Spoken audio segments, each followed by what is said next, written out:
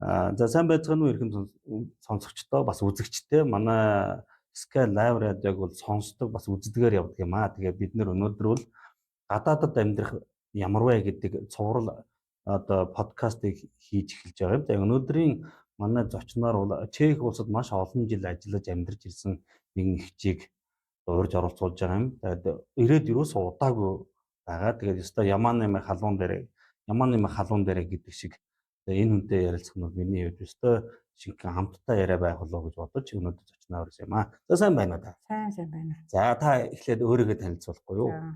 Би одоо Чехад очиж нэг 20 жил ажилласан. Энд бол сайхан байсан. Наашаа бараг буцаж ирмээргүй шахуул байсан. Ганц энд миний хамгийн хайртай хоёр хүүхэд маань энд ажиллаж амьдарч болох. За. Нутаг санаа юу татагдаад ах юм да. Бас тэгнэ. Тэнд амтаа ах トゥ хүүхдүүд маань тэнд байдаг байсан бол би нэг заавал нааш ирээд авахгүй. Тэгээд тэнд чи хамгийн гол нь би нэлээд нас ахиж явсан болохоор зэрэг 15 жил ажилласан 65 хүрсэн хүний тэтгэвэр гаргад юм байл л дээ тэднэ. Тэгэхээр зэрэг би одоо нэгэнтээ тэнд зурлцсан чинь энийг зурлж чад би 5 10 төгрөгчсөн миний амьдрал хэрэгтэй гэж бодож би тэнд 65 хүртэл хүлээгээд тэгээд тэтгэврээ хөөцөлтөөр бас арай жил нь болоогүй байна гэд тэгэхээр би бас энтэнд ажиллаад жилийнхээ хоногийг өгөх санаатай тэгж байж саяхан 1 жил гарангийн өмнөөс л би тэтгэврээ тогтоолгож авсан. Таны тэтгэврхээр ч одоо та Чехээс тэтгэвэр авдаг гэсэн үг үү? Чехээс нэг хэдэн төгрөгийн тэтгэвэр авч байна. За. Монголд бол нэг 20 жил ажилласны бас нэг 5 орон тэтгэвэр авч байна. Яах вэ? Бас болж шүү. Амьдрал мөнгө илүүдэхгүй болохоор хилээд яана. Тэгэл хоёр газраас нэг жоохон юм хамж ингээ болж шүү. Тэрний чинь төлөө та тэр олон жилдээ чи одоо зүтгэсэн одоо нойр хоолой хугслаа зүтгэсэн байгаа шүү дээ тийм ээ. Монгол хүнтэйгэл хуяа игээл байж байгаа. Яг нэгэнтээ тэнд ажилласан юм чинь би нэг 15 жил ажилласан нэрийн зүгүүд бас нэг 5 төгрөгийн тэтгэвэр авчиг гэж бодоод байгаа байхгүй. Энд би чи нэг 5 6 мянган төгрөгийн л тэтгэвэр авч байгаа юм чинь. Тэгэхээр та ер нь юу хийсэн үү? Чехэд ер нь яг нийтдээ хэдэн оноос хэдэн оны хооронд хэдэн жил ажиллав? Би чи 2002 оны сүүлд 9 сарын сүүлд очив. За 2002 он гэдэг чинь 20 хэдэн жилийн өөр дээр хэлж байгаа. Тийм байна. Нэм бүдүүлэг байх гэж байна. Нилээн бидний үед чи ерөөс онгоц явдаг. Би вагоноор анхавчихсан шүү. За. Энд чи онгоц чи сүүлд л явдаг болсон. Анх ер нь яаж яваад Чех улс руу гарыг бодов?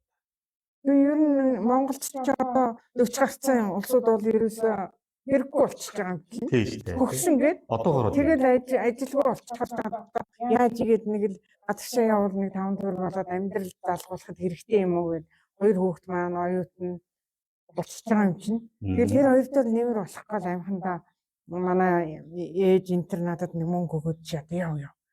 Ажил урд нь би Чехад бас 80 онд очиж ирсэн. За. Энэ ажил үйлдвэрийн кабинет чинь ноос нэхмэл ажил хэвсний үйлдвэрүүд чинь жилийн хугацаатай ажилчтай явуулж бас нэг газар үзүүлж тэгээд ажил хийлгэж явуулж ирсэн. Тэрэнд би явцсан болохоор Чех арай дээр энэ. Арай ойрхон. Урд нь нэг очиод 1 жил болсон хүмүүс чинь шал өөр байгаа байхгүй. Тэгээд Чехад очивол надад дээр юм бэ. Очиж үзээгүй. За тэгэл 2022 онд одоо Чехад очиж тэгээд одоо тэгээд ямар явсан гэдэг одоо ажил нь яаж явсан? Ажлын үйлдвэрийн ажлын гэрээгээр очсон байхгүй. За. Тэгээд би чинь 2007 оны 5 сарын 30 гэхэд би 5 жил ажиллаад Тарвали бовид авах байхгүй юу? 10 жилээ. Тэгсэн чинь тэр хооронд манай оёдлын үйлдвэр дампуурч эхэлж байгаа. За. Тэгээд би нэг Итали эзэнтэй оёдлын үйлдвэрт очсон чинь тэр үйлдвэрийн дарга ажлын гэрээ хийгээд өгөөч гэдээ би орчуулагч энтертэй хэлээд 1 сарын 30 гэхэд миний ажлын хугацаа дуусчин гэрээгээ сонгуулах гэсэн чинь за одоо гаргаж өгнө нүсээр гадаад болохгүй нэг өдөр цагдаа ирээд за тэгээд 1 сарын хугацаатай би хооронд амжиж гараа гэдэг. Тэгэхээр би Монгол хүмүүсүүдээс тусалцаа аваад би одоо яах вэ?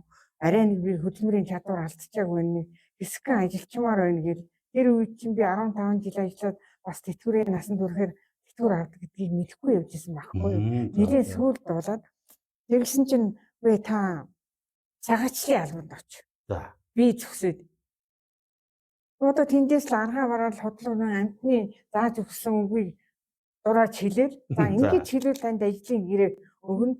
Би олгоно. Тэгэхгүй бол танд ажлын гэрээ би золохгүй та зөвхөн нутгаруугаа буц гэдэг их байхгүй юу. За. Тэгээд найдуудаараа одоо яах вэ би эмчлүүл мэдгээл бас хэдэн жил ажилласан бодлоо юм яриад тэгсэн чинь за ийм манай нутагт ирээд өвчтэй болсон юм байна. Энэ юуныг бас харж үзэхгүй болохгүй гэд.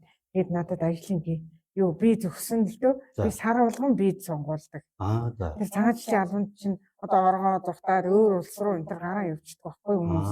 Тийм болохоор айгүй чанга сар болгон би борнууд ир очиж виз сонгуулад тэгээд хэсэгхэн хугацаанд байжгаад ёстой л төвчээр заасандаа одоо нэг бичиг баримттай болохын тулд чинь би 4 жил одоо худалдаж хэлж болохгүй ажиллаж тасалж болохгүй одоо ямар нэгэн ажил өгсөн бол тэрнийг хийж тэгжиж би бичиг баримттай болсон. Тэрнээс хойш бол олон ажил хийсөө. За ямар ажил хийж байна?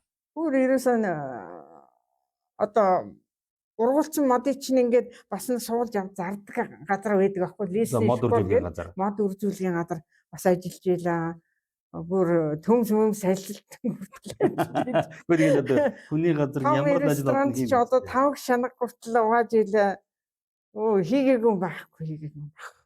Та тэгээд очиод хил усны асуудал ер нь хэр байв? Ямар яах вэ зүгээр эхэндээ л бол яг өөрийнхөө машин хэрэгтэй ингээд машинтай харьцаж би машин дээр ажиллаж ивэл миний машин ажиллаж гин ажиллаж өгөхгүй байна ажил засаад өгөөч ингээд хом мастераасаа гуух жишээ тийм өгнөдөг бол нөгөө октоудаараа заалгуулж тогтоогод авчихна л да. Тэгээд миний машин ажиллаж өгөхгүй байна мастраа надад туслаач гэж чихээр хэлээл тэгэхээр машин ажиллахгүй байгаа юм байна гээл машин ирээд засаад өгчхөр дараа нь одоо болцсон чи яв гээл тэгэхээр машинаа ажилуулаад хийх ёстой ажлаа хийх жишээ. Тийм юмнууд байсан. За. Яг хөө тэгээд тэнд ажиллаж амьдарч байгаа цалин хөлс мөлсөө гайгүй яг цагт нь төлчихөж байгаа юм уу? Цалин хөлс бол ерөөсөө яа цагт нь тентнийхэн бол тэгж манайх шиг ингэж янз болохгүй. Ерөөсөө хэдий төгдөг ёстой тэр өгдөө цагтаа л яг өгнө. Ер нь цалин хөлс яг ерөнхийдөө манай монголчуудын авж байгаа цалин хөлс нь хэдий hirээний багцаатай байдаг. Яг эдлийн үйлдвэрт бол урд нь Монголд ойдлчин хийжсэн улсууд бол шал өөр. Эднэрээ сайн байдаг. Туршлагатай ажиллаж чаддаг байдаг. Би бол ерөөсөө надад бол хэцүү байсан. Би тэгээ пинжихний дотор эндүүддэг байсан. За. Костюм хийдэг үйлдвэрт ажиллаж байсан. За. Тэгэл эхэндээ бол гар мараа хүртэл эндүүд чичээд янз юм их байсан. Тэгээд яг сүүлдээ сурдаг юм байлээ. За. Тэгээд авж байгаа цалин чинь одоо ингээд цалингаа авчихаар байрны түрээс мөрөөс гэж төлөх үү? Байрны үн төлөлгүй яг. Гэхдээ бидний эхний тэр ойдлын үйлдвэр бол байрны эзэн их дараах нь их сайн байсан. 700 крон төлдөг байсан. За. Тэгэхээр тэр бол боломжийн илүү гарсан хэдэн төгрөг бол ардаа 2 оюутан хүүхэдтэй юм чинь. Нөгөө хоёр дугаар явуулсан шүү дээ. 1 крон ч одоо монгол мөнгөөр хэд юм бэ? Тэр үед бол 110 марав хэдтэй байсан. 2002. Одоо энэ сүүл сонсоод байхад бол 1 крон бол 150 болцсон суралцсан. За. Өссөн байлаа. За тийм байна тий. Тэгээд байрны зарлаа төлчөөд амжиргааныхаа хоол хүнснийхээ мөнгийг тооцоолчоод илүү гаргасан оюутан хүүхдэргүүд явуулсан. Би вестрийн яанаар дандаа одоо бараг саяхан хүртэл энэ вестрийн яанаар мөнгө явуулсан да. Миний хамгийн ихтгэлтэй сайн газар дээр. Таны одоо найдварлаж номер 1 ерөөсөө өөр хүн энэ тийм мөнгө явуулж ийн л гэдэг надад тэгээд дунд нь ингээд мөнгөний нунжаад нэлээд хэд хонуулж байгаад өгчшээ тийм юмнууд байдсан байлээ тийм болохоор би тэнд итгэдэггүй. Ер нь одоо тэгээд Чехэд бол монголчууд олон байна уу? Олон одоо нэг 6-7 мянган хүн байна. За. Ер нь тэгээд аль хотуудаар нь голчлоод байх уу? Эсвэл таач одоо тэгээд ер нь ямар хотууд орон захтуу одоо хүмүүс янз байдаг шүү дээ. Захтуу нэг 20 мянган хүнтэй хотод л байсан. За. Миний хөлсөлж байрлаж исэн газар бол тэрнээсээ хол нэг 5 км. Тэнчнээс ажилд өдөр болгонд вагоноор явна. Өдөр болгон вагоноор явдаг нь би ч өөрөө их орноосоо гарахтаа вагоноор явсан. За тий. Тэгээ хүний нутагт очиод өдөр болгон вагон цохоор ёстой нутаг санагдаад идэв шүү. Явах гэж байгаа юм шиг санагдаад. Тий, явах гэж байгаа юм шиг санагдаад идэв шүү. Ер нь Чех улс бол одоо гоё л улс байгаа. Амьдрах орчин нөхцөл тэгэл хоол хүнсний чанар одоо юу гэдгийг амьдралын чанар тал дээр ямар хөө вэ? Тэр талаараа бол ёстой сайн. Одоо ярих юм байхгүй. Бүх юмаа өөрөө үйлдвэрлэж чадна. Онгоц автобус ерөөсө хийхгүй юм байхгүй. Тэр тэгэл газрыг 4 метр ухаад элсээ гаргаж хүртэл заадаг бидний. Бүхэл юм аа. Тий, бүхэл юм аа хийж чаддаг. Тийм болохоор ч үнэхээр сайхан шүү. Тийм үү. Ямар гоё юм. Тэгээд та ч одоо за 2002 оноос одоо гараад нийт хэдэн жил ер нь чихэд амьдарч байна. Тийм 22 3 жил ажилласан шүү. Ажлыг олон жил. Тийм яг хав цагаашийн албанд байсан 4 жилээ нийтд нь оруулаад тэгчихсэн. Гэрээг санах юм уу? Санахгүй яа. Эхэндээ бид нар чинь нэг удцаар л нэг хаяа удцаар л ярьдаг байсан юм дөө. Тэр үед ч тийм байсан. Тэр үед удцаар л ярьдаг. Энэ сүүлийн үед чинь интернет гэж сайхан гараад ирсэн. Тэгэхээр мессенжерээр ярина сайхан фэйсбુક интернет ярьчдаг болсон сайхан. 7 хоног болго яар. Гэрээ санах хэцүү бах уу? Хэцүү их орноо санах, гэрээ санах хэцүү. Яг хүүхдүүдээ ингээд араасаа татаад авцсан хамт ажиллаж байгаа хүмүүсүүд бол тийм сэтгэл тогтоод байгаад гэр бүлээрээ. Тий гэр бүлээрээ 2 3 хүүхдтэй татаад авцсан. Тэгэл эдгээр найл амтан болоод өшөө олон болцсон байгаа юм чинь. Тэгвэл хайцангуй хайд бол ерөөсөө байгаад тахад одоо сэтгэл тогтно. Наад чиг одоо ганцаархан ингээд манай 2 хүүхд болохоор чихэд очихгүй гэж очихгүй болохоор чинь яах юм. Тэгээд яах өөрөө нэг хэдэн төгрөг ажлыг дулгаагаад бас нэг тэтгэвэр 15 жил ажилласан тохиолдолд тэтгэврийн насанд 65 хүрэхэд зөв тэтгэвэр өгж байгаа байхгүй юу? Би тэгээд тэрнийг л хүлээж тэнд нэлээд дийлсэн дээ. Тэгээд тэтгэврээ та авч чадсан. Тэгээд би одоо нэг жил л болж ин тэтгэвэр авч байгаа. За ямар ч гэсэн зорилгодоо хүрчтэй та. Тий, ёстой тэрнийг авахын тулд л ёстой тэнд дисэж байлээ.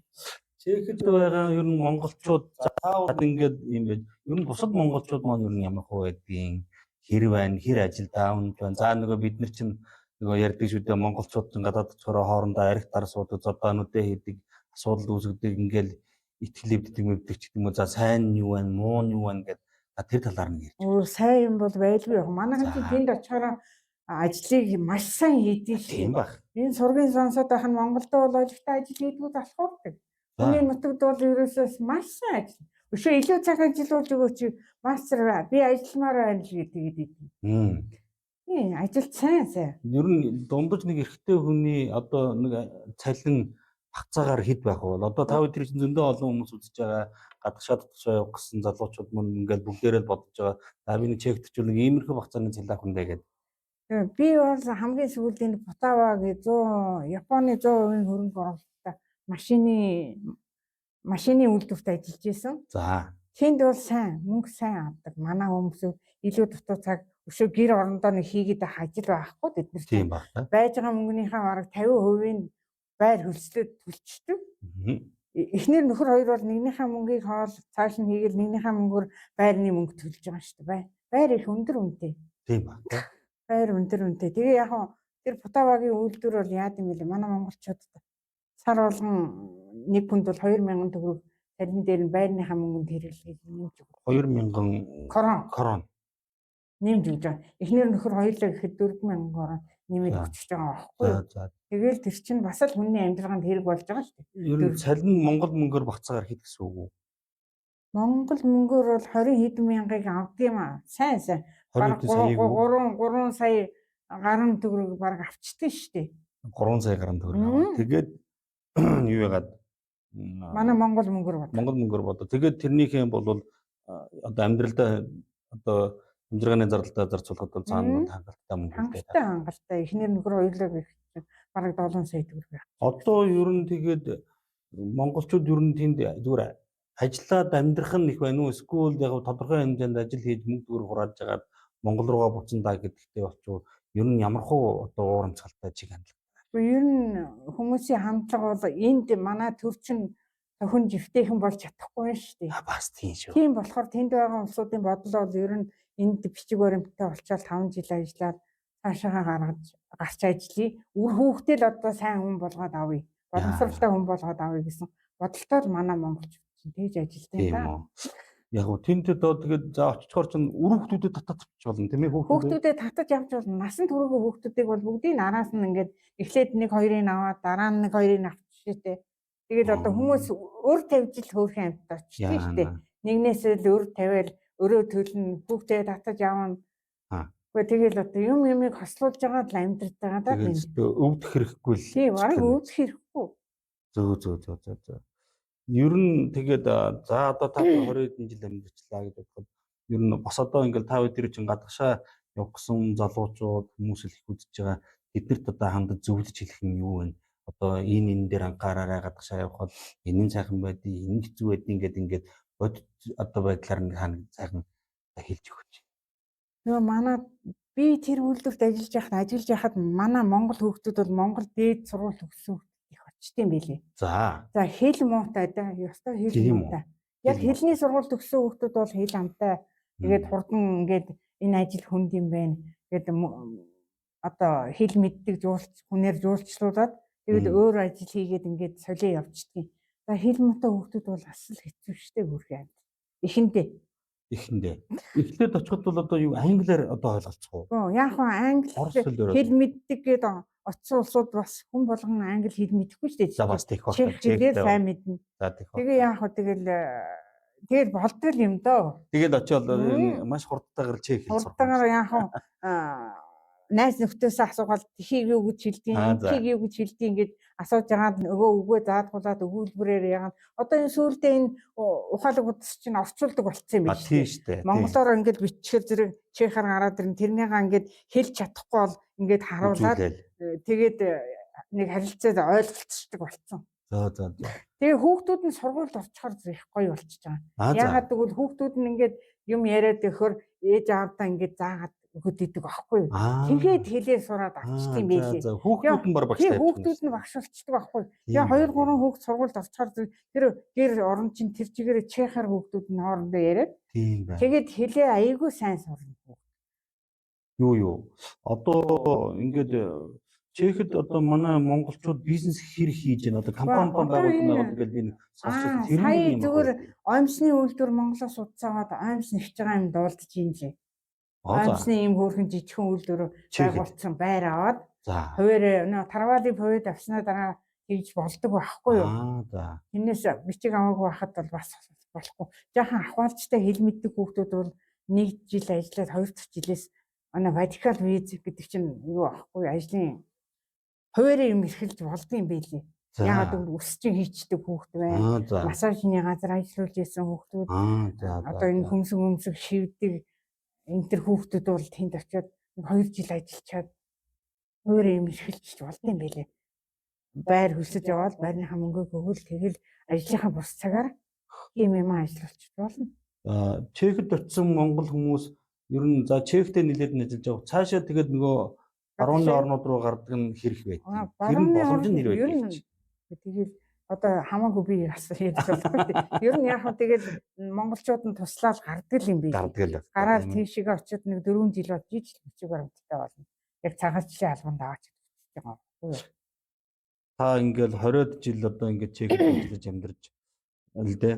Тэгээд Монголд байснаас ер нь дээр байсан болов уу боддгоо та юу? Дээр. За оюутан хүүхдүүдтэй хэдэн төгрөг өгөөд идэг бол тэр дээр энд байсан бол над ажил олдохгүй шүү дээ. Яана.